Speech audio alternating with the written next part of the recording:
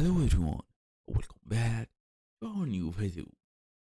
If you are using Cloud Code, a Cloud.md file is the single most important thing you can set up according to the official Cloud Center.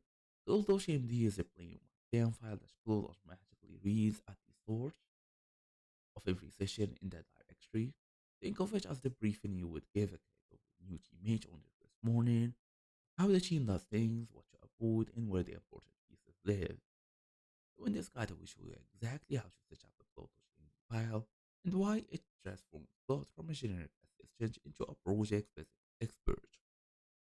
Step number one, we have the slash init to generate your file. The easiest way to get started is with the slash init. Okay, this one, and here you go. So in any project that actually would code in running, type slash init.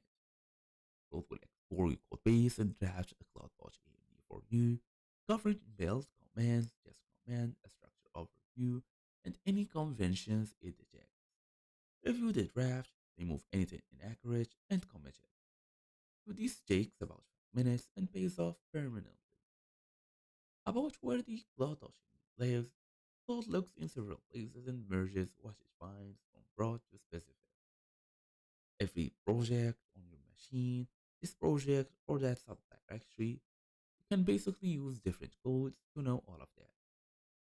Most teams only need the project root file committed to it so the whole team benefits.